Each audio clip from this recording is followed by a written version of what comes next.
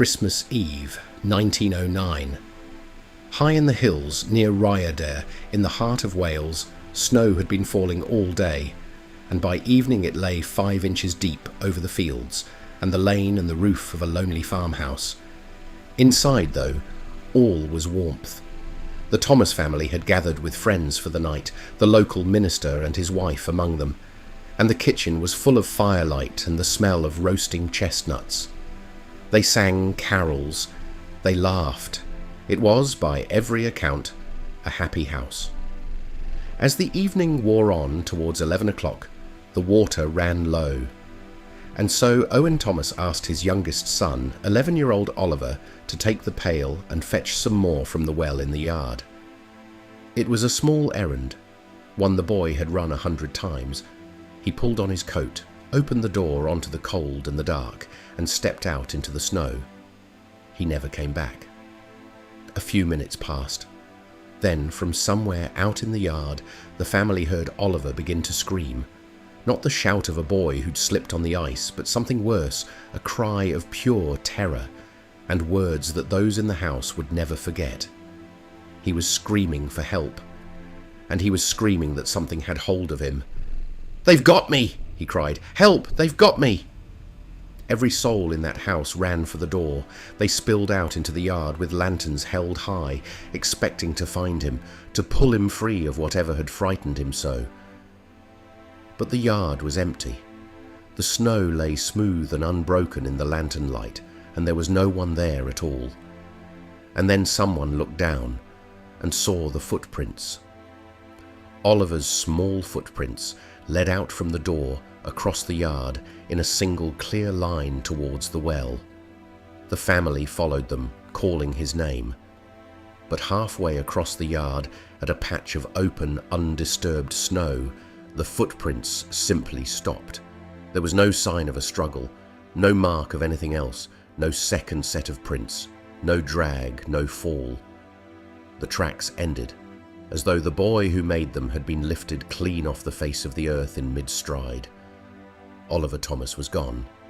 What followed is stranger still, for in the hours and then the days that came after, the family said they could still hear him, a voice, high and distant and sobbing, seeming to come from the air above the farm, crying out and growing fainter, as though he were being carried further and further away.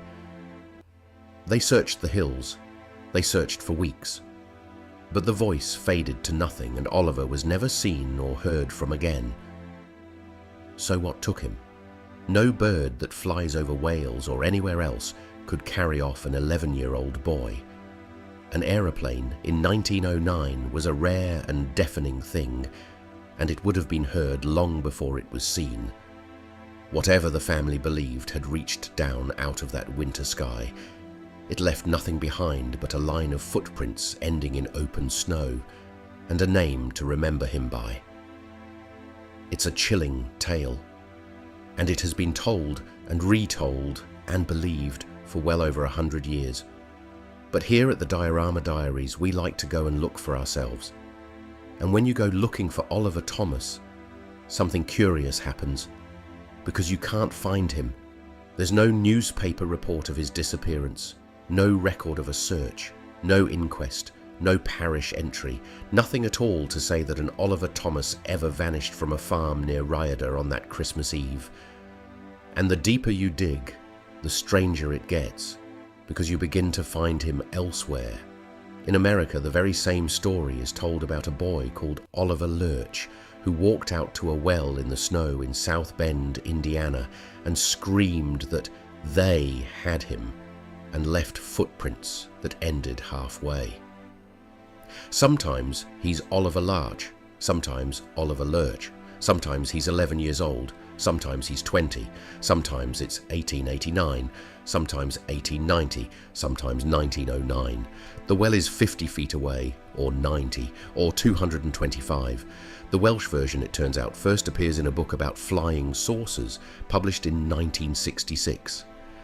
And the trail runs back further still, all the way to a piece of fiction written by the American author Ambrose Bierce in the 1880s, a made-up tale of a man who vanished from an open field in front of witnesses.